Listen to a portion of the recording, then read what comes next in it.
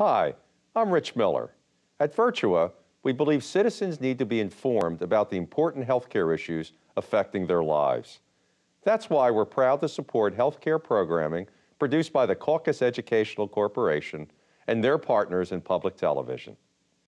Developing future leaders next on Caucus, New Jersey.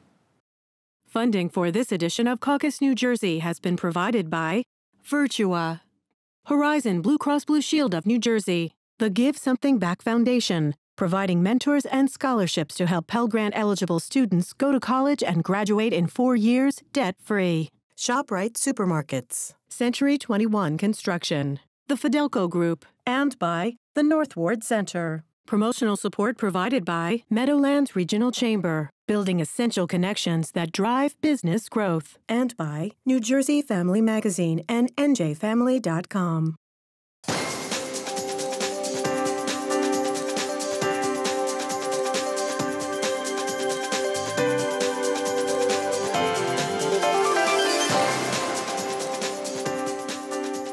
Welcome to Caucus. I'm Steve Adubato. So what does it really take to be a great leader? Why is it important to coach and mentor those on your team?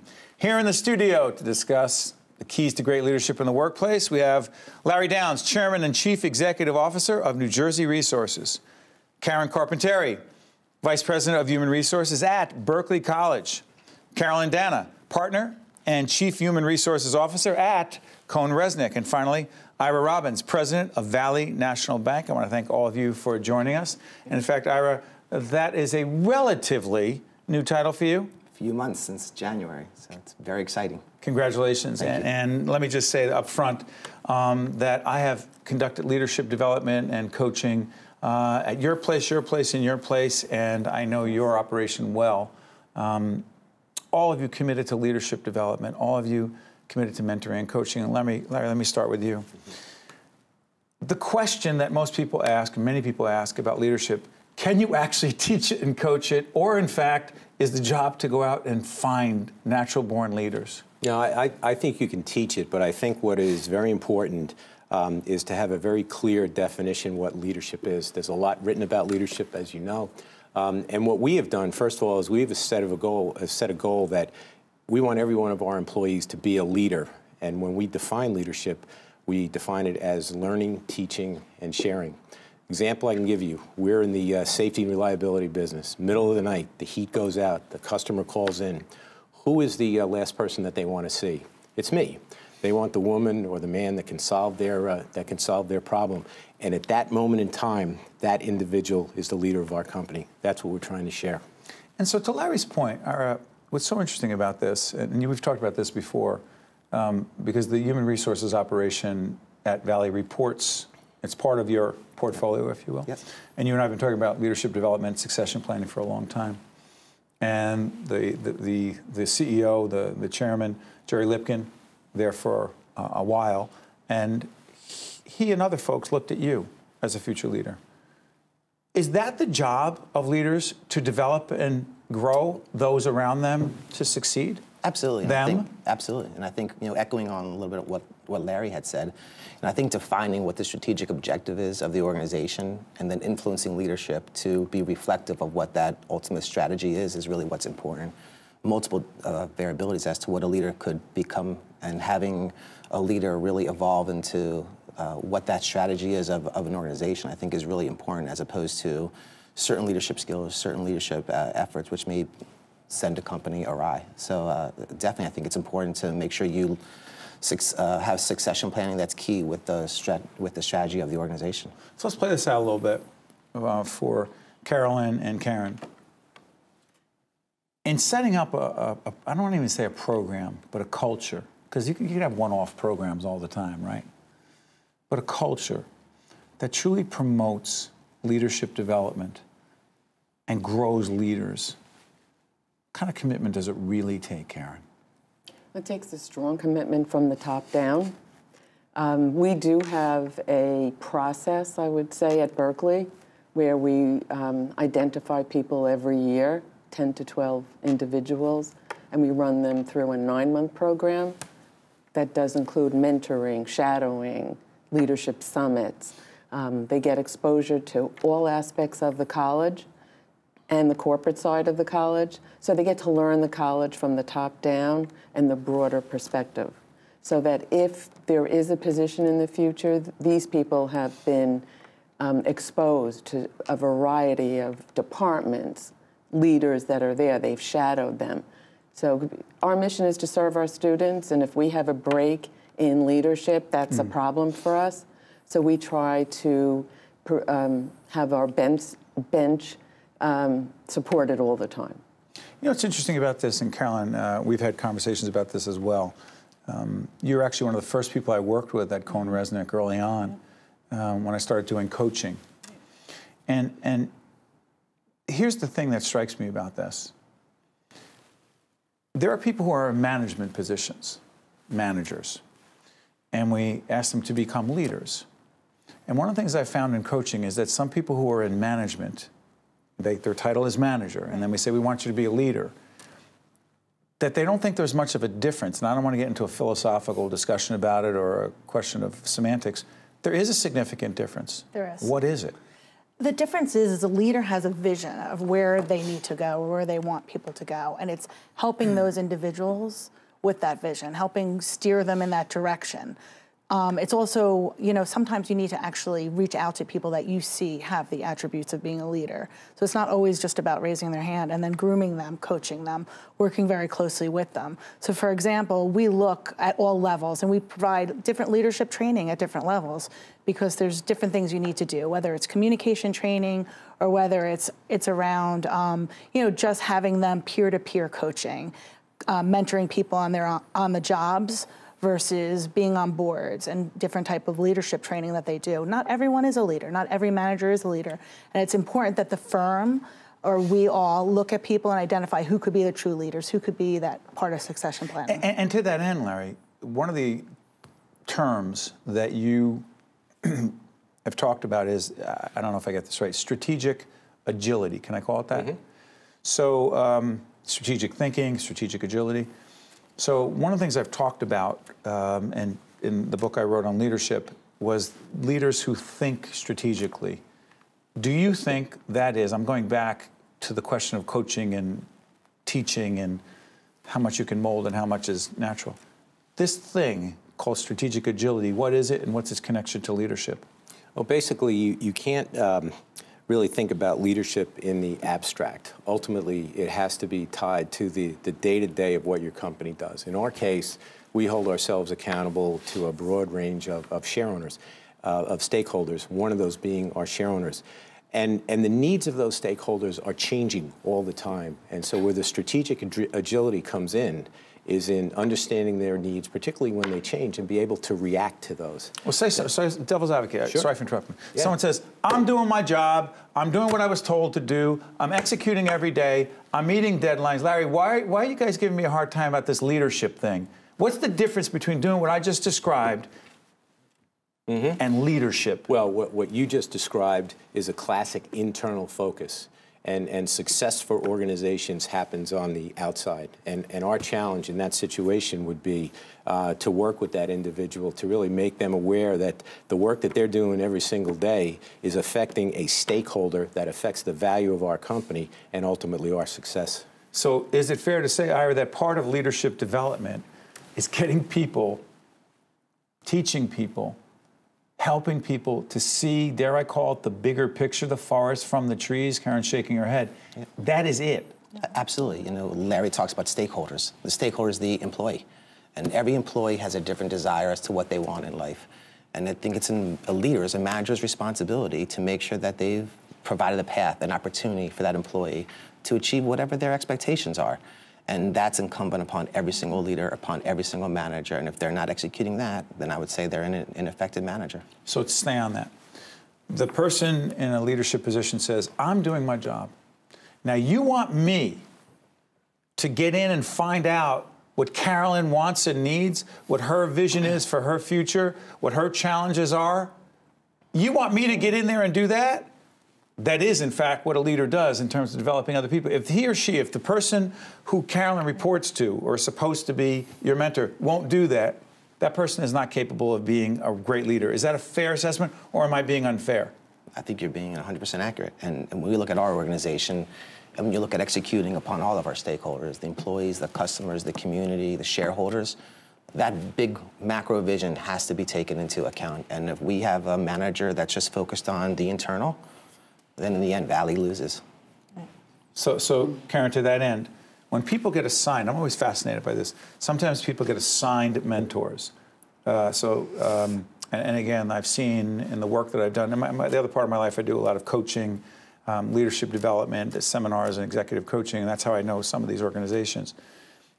But I got to say this, there have been some formal mentoring programs where I'll say, oh, Karen, Ira is your mentee, and you get assigned to Ira. And I say, okay, what are you supposed to do? Well, make sure you meet with Ira once a quarter and you have lunch with him or you walk in his office. 2 years go by. What has Ira's development been? I don't know. I met with him. You told me to meet with him. I don't really know. I did what you told me to do. That's not really mentoring and coaching from a leadership perspective. That's compliance around a mentoring and coaching program. Am I oversimplifying this? No, I think that's exactly sometimes what goes wrong with a mentoring program. Excuse me, do too many organizations, I'm not trying to be critical, but too many organizations do that, have a formal mentoring program that's not really part of the culture? I think everybody's intentions are good when they become a mentor. I really do, and I think it's a mentee's intentions are very good as well. Sometimes they become more of a friend to each other than a mentor-mentee to each other, and deal more. Sometimes on the feedback we've gotten, they end up having more personal conversations than truly leadership development conversations. And sorry for interrupting. Stay on that, Karen. If you and Ira become too friendly, and you're really the leader, and your job is to help him become the best, that could potentially get in the way of you communicating with Ira in a really candid way about an area where he's not performing and have what a lot of people call the difficult conversations. Absolutely. There does have to be a line between a mentor and a mentee to some degree. I mean, what you were talking about before about people who are more task-oriented than strategic, you know, I truly believe we need those people in the workforce. Absolutely.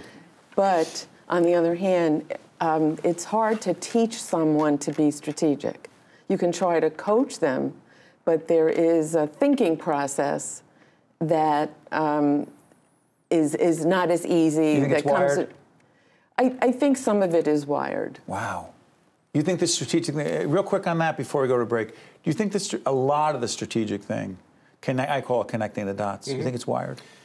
I think that some of it is wired. I think, though, that you've got to take a broader view of leadership inside the organization, because that individual who may be more task-oriented, what you really have to focus on is how they are supporting other activities that are ultimately supporting a stakeholder and value is created. So it's hard to look at it just in isolation, in my opinion. I'll tell you what we're going to do when we come back from the break. A really challenging discussion. In some of the leadership development work that I've read and the coaching I've done, the issue of millennials come up an awful lot. I see heads nodding right now, okay, in the studio. Is there any difference when it comes to coaching, mentoring, and developing professionals who happen to be millennials, younger than people of a certain age? And, you know, is there any difference? We'll talk about that when we come back right after this. To see more Caucus New Jersey with Steve Adubato programs, visit us online at steveadubato.org. If you would like to express an opinion, email us at info@caucusnj.org. Find us on Facebook at facebook.com/Steve Adubato PhD. And follow us on Twitter at Steve Adubato. Welcome back, talking leadership development with four leaders who live it every day. So I threatened to talk about millennials. Carolyn, leadership and millennials, you say?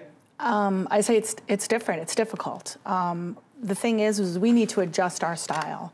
One important thing is there's a lot of different generations in the workforce. And the biggest mistakes many people make, many leaders make, is they believe that their leadership style is going to work for everybody.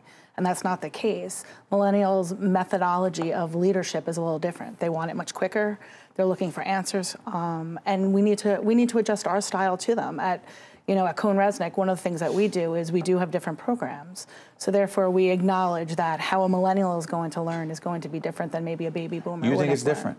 I think it's very different. Sorry, let me ask you, as a pretty young president, probably one of the youngest in the state and the nation, do you think you have some advantages in dealing with younger professionals, dealing with leadership? Absolutely. I think hopefully I can connect a little bit better than with them. You know, we mentioned earlier about, as a leader, how engaged do you get with an employee on a personal basis. And I think the millennials are a really good example of that, right? Because they want you to be engaged in their personal life. They want you to have an understanding as to what really drives them. I think what really makes them come to work every single day, what makes them get up. Now having that separation, so you still have the ability to provide them the leadership that they need, and the guidance is important. But having that vested interest in what's important to them, I think, is important. Do you think millennials want, okay, do you think in terms of career development, do you think there's anything significantly different about what millennials want in terms of their career development and the rest of us who happen to be older? Anything different? I think they want a faster path than we might have done. We're talking about leadership. To leadership or to some other stuff? To success. More flexibility. Hold on. But it's how they've defined success. Yes, their definition of success. Which is an important differentiation. This is important because this is, respectfully, this is not a show about success. It's a show about leadership. Is there a distinction between success and leadership? I think so. Absolutely. I mean, But is there a distinction for, I don't want to generalize here. No. Do you think for millennials, younger people, they distinguish between leadership and success? I think their definition of success is continuing to evolve. They're young. They have new experiences. I think a lot of the characteristics that we see right now is a product of their environment. And I think as companies, well, the things that are going outside. We mentioned technology, and what a, you know, that could be a whole other show. But that's a big part of. It's a big part of it. But that didn't happen by itself. Technology has grown. It's expanded on the outside, and I think it is affecting the way they view the world. And I think what we have to do as organizations is take a look at our internal HR function and make sure that we've got the skill sets that are responsive to that new reality. That's what we're going through. Stay on Larry's point. One of the things that I've learned, and actually this has come up in some of my coaching, because of technology. I don't say because of technology, influenced by technology. One of the greatest traits of a great listener is to be present and a really good listener. If in fact millennials and others, but disproportionately millennials, because technology is so much part of their lives, that it's harder for them to be great listeners because they're not as present, because they're so distracted. It's harder for them to become great leaders because they're not as focused where they need to be.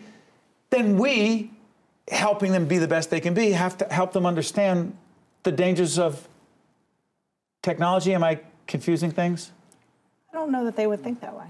But they may not think that way, but I dare say this, you don't know what you don't know. No, but they're much better at multitasking. Can you multitask leadership? Yes, you can. I think there's some levels of it you can. I mean, I think that you need to, it's something as simple as them listening to music or listening to other things while they might be, you know, studying for the CPA exam. Carolyn, respectfully, if you're talking about leadership, here's my view. If you have to make tough decisions, you have to be focused on people, you have to give them your attention, and you're doing 6 other things. You may think you can do that, but my view of leadership is that other person has to believe you're truly present, and there's a disconnect. But it's not doing it all the time. So it's not that you're not there present when you need to be present.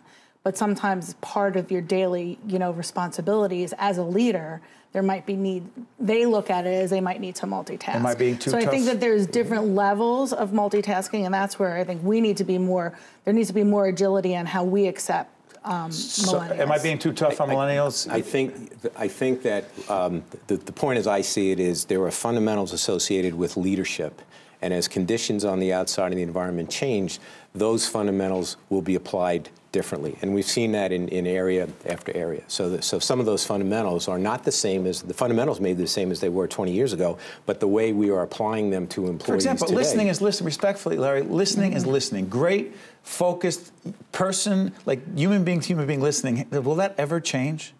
No. That's not going to change, but perhaps the the way that messages are communicated may change, which will get you into listening. So that doesn't change the fundamentals, because as you know, our company is built on the fundamentals. Right. But the way the fundamentals are applied as new tools come along to use them, that's where the change will come in. Ira, jump in here. I think definitely to really reinforce some of that messaging, the listening can be a little bit different. But in the end, ultimately, I don't disagree with you. It comes back down to looking somebody in the eye and being able to have a communication with that person. Now, whether you want to reinforce it through a text message, through another medium, I think that's definitely going to change. I think what scares me, I think, about the millennials isn't necessarily today how you interact with them. I think managers hopefully need to be more like chameleons in how they deal with them. But what happens more like chameleons, right? Really? What happens when they become leaders, right? And I think that's really what scares me, because their approach, maybe generalizing once again, has been the way I'm dealt with is appropriate for everyone, and one size does fits all. And what concerns me is, from a generation, if they become leaders, what happens if they have people that don't have the same desires, the same needs, the same focus as to what they have, and that piece really concerns me. Anyone else on this? I think that because they will be. I'm sorry, but de facto they will be. When they will be in leadership positions. Put it that way. Yes, and some people already are. We have just promoted someone recently who came out of our leadership program, definitely a millennial. But I think that the way baby boomers work, they worked in leaders as well, by the number of hours that we worked and the amount of time we were at the office. They think completely differently about that. So things will change as we go along, and as that group becomes older and becomes more prominent. What Carolyn said, we do have to, baby boomers have to adjust. We have to adapt. It's hard have to have sometimes, strategic but we do need to adjust, because we want to keep our businesses, our schools and we need successful. them. Yes. That's correct. And our clients are changing. So our clients are, are millennials now. So, and running tech companies and other things, right? Absolutely. So it's the entire generation is changing, and that flexibility piece. You mentioned earlier, Karen. Being flexible. Great leaders are flexible. Right. Working from home, working remotely. I mean, unfortunately, we are 24/7 these days because of technology, and there's pros and cons to that. And I think there needs to be those limitations with that as well. And I think Ira's point is exactly correct. It's going to continue to change in the future, and we will then be challenged as leaders as to apply those fundamentals creatively to meet those changes. Let me try this in the limited time we have. I've often said that leadership is not for everyone. I've often said that, and I'm not going to make this about what I say, because it's really stealing from other people and just attributing who said what. Leadership is also pretty lonely. What I mean by that is anything goes wrong in any organization that you're a part of or you're a leader of, it is on you. The same thing is true in our production company. Anything goes wrong, it's on me, right? And the bank, everyone's operation. To what degree do you believe, as Daniel Goleman, in terms of his great work on emotional intelligence, maturity, the ability to really understand that and live it, to what degree, I promise there's a question here, do you believe most people are really prepared and willing to accept responsibility when things go wrong, even when it's, quote, not their fault?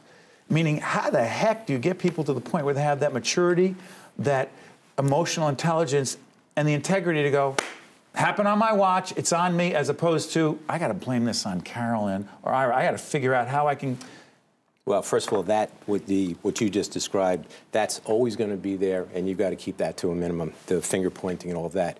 I'll go back to something I said in the beginning. I think it's important that every individual in the organization views themselves as a leader. Now, they're not all involved in the same type of leadership, but I think that it is a mistake to say, well, leadership is just, it's reserved for the people up there. And I go back to that example is, when somebody does something to serve one of our customers, that's leadership. And by the way, excuse me for interrupting, during Sandy, your organization was challenged. You had people step up at every level. Absolutely. And, there was nothing I could do there to solve the problems that those customers had at the time. That was true leadership. So I take a much broader definition of leadership, that it's everybody's responsibility. And real quick on this before we go, how do you teach people to be responsible when things go wrong, or is that a character issue? I think you have to have an environment of trust, and that if they do make a mistake, that there is not a horrible consequence, that they feel comfortable to say, I made a mistake, and they'll learn from it. Minute left, real quick. Greatest leadership lesson you have learned in your professional life is? You didn't expect that. Go ahead. Great is to respect others. You know, sit back, listen sometimes. Leaders don't need to know everything. And it's okay to make mistakes. It's okay to say, I'm not sure. Yeah, instead of just acting like you have the answer when you don't. Correct. Greatest leadership lesson you've learned, Ira? Just empathy in general. Just the fact of being able to connect with an employee and sit there and try to look at it from their perspective. And if you do that, you're going to be a good leader. Number one leadership lesson. The answer to every challenge that a business faces lies with the employees. They are the leaders. As opposed to the CEO saying, I've got it, he or she. Absolutely. Greatest leadership lesson. I think to model the behavior of good leadership and hard work. Well, let me just say this. The other lesson in leadership I've learned is to look at others who you don't like and say, I'm going to do the opposite. And one more piece is to constantly look at yourself in the mirror and go, you know what? I didn't handle that well. I screwed that up, which I get to do a lot because I make a lot of mistakes, and own every bit of it. And I cannot thank all of you enough for teaching us about leadership. Well done. Thank you so much. Thank you. That was great. The preceding program has been a production of the Caucus Educational Corporation, celebrating over 25 years of broadcast excellence. Funding for this edition of Caucus New Jersey has been provided by WHYY, Horizon Blue Cross Blue Shield of New Jersey, the Give Something Back Foundation, ShopRite Supermarkets, Century 21 Construction, the Fidelco Group, and by the North Ward Center. Transportation provided by Airbrook Limousine, serving the metropolitan New York, New Jersey area. Caucus New Jersey has been produced in partnership with TriStar Studios. How do you create change? By cultivating hope. And we see that every day. In the eyes of our preschoolers, in the souls of the seniors in our Adult Day program, in the minds of the students at Robert Treat Academy, a national Blue Ribbon School of Excellence, in the passion of children in our Youth Leadership Development Program, in our commitment to connections at the Center for Autism, and in the heart of our community, the North Ward Center, creating opportunities for equity, education, and growth.